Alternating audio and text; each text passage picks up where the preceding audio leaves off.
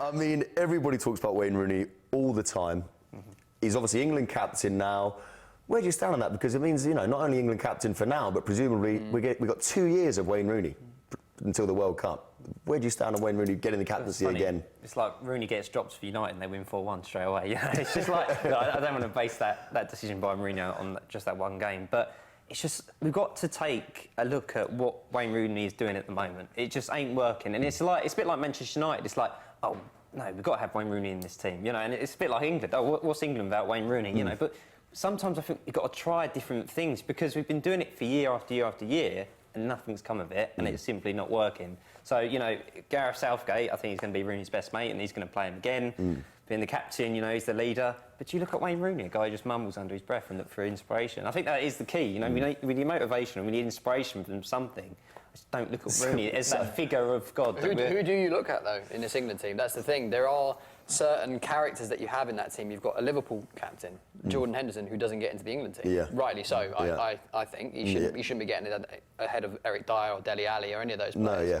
But you look, like you say, look for inspiration within that team, and you think, who are those players that you can pick out and say they can be vocal on the pitch? Gary Cahill has been shoddy for Chelsea, to say the least, this season. Again, he's worn the captain's armband in the past. Who is it? Joe Hart doesn't play doesn't play for Man City anymore. Went to Torino to try and, you know, play his trade a little bit, trying to play first-team football. Would you give it to him? Chris Smalling in with a shout, do you think? Doesn't play regularly enough for Man United, though. That's the thing. I mean, the reason I kind of, you know, think Smalling's a nice choice is because once we get rid of Rooney as captain, it's almost an indication that we are trying to plan something for the future. Is that what England needs, is a clean slate? And we go, right, you know, we may not do that well at the World Cup, but watch us at the Euros after that. I said it after the World Cup, just get rid of the players again on a bit now. Let's just try with youth. Let's just try something different. Why was Rashford not played more at the Euros? Why not? You know, it's just like, in a sense, we did have obviously something to lose, be knocked out, but it's just like, just give it a go, because we haven't seen that previously under any previous managers, even Capello, even, you know, Roy, Sven, Goran Eriksson even, you know. So obviously the same pattern isn't always working. International football's completely different. Yes, you know, if you become the manager of Germany, you've got luxuries, you know, you've got the best players in the world. With England, I think we get hyped up a lot by the media, if I'll be honest with you. Yes, we did make football, you know, but doesn't mean we're as any good as Italy or Germany or Spain. It's interesting you say that, because if you were to plot an A team and a B team for all those countries, you could pick it out for Spain, you could pick it out for Germany, pick it out for Italy. Can't pick it out for England. You can't say to yourself, oh, this is our A team, that'll beat anyone off the park in the world. Let's go to our B team if there are injuries, suspensions, whatnot. You wouldn't be able to pick that out. It'd be the under-21 squad mixed with a few of the more average players that have got 1 or 2 caps here and there. And that's where your players like your Troy Deeney's and your Antonios would get in the side eventually. I like the fact you said about the media build us up a bit too much. I mean, to put it in perspective, do you remember the uproar going into the Euros when Danny Drinkwater and Andros Townsend didn't make the plane? There was actual uproar about the fact that those two didn't make the plane. Two good players, good, you know, honest, hard-working professionals. Spain, Zisco didn't make the squad.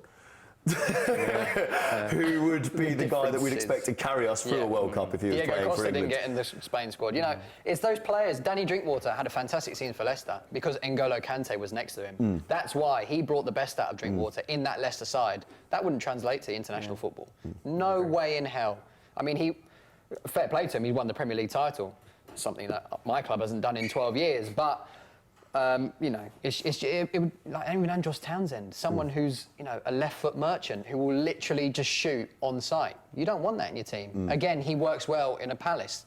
He won't work well in England. I don't think it would translate onto the big stage. I agree. I just don't think the talent's there. I just don't think our team's as good on paper as the other big boys around us, which is why I'm thinking, you know, let's wipe the slate clean, let's build. But is this the problem with Southgate? The longer he's interim manager, surely he's not gonna be the man to go, right, this is how we're doing it, because he knows he may be out of a job in November. Exactly. He might stick to the principles of the England squad. You know, he might have got something from the hierarchy who say to him, you've got to pick certain players for your first couple of games because we don't want to uproar straight away. You're coming in at a really, really difficult point for England, and you know, you're going to come in, you're going to play Mikel Antonio on the right. No, you can't do that. As him as England manager, he's got to stick to the Theo Walcott, who's been in blistering form this season. And, you know, which other players are going to be able to step up to the mark? It's also down to the players. Obviously, the manager goes out there before the game, in the dugout as well. He's shouting the orders, but he doesn't play the football at the end of the day. It's those England players. And you've got those likes of Jamie Vardy, Harry Kane, obviously injured at the moment. You know, Eric Dyer, Dele Alli. These are the players that need to step up for England. These are the players that are going to you know, go into that World Cup and be the main men for their country. And if they're not stepping up to the plate and doing it for the likes of doing it for Tottenham and Leicester on a weekly basis, you've got no hope in hell.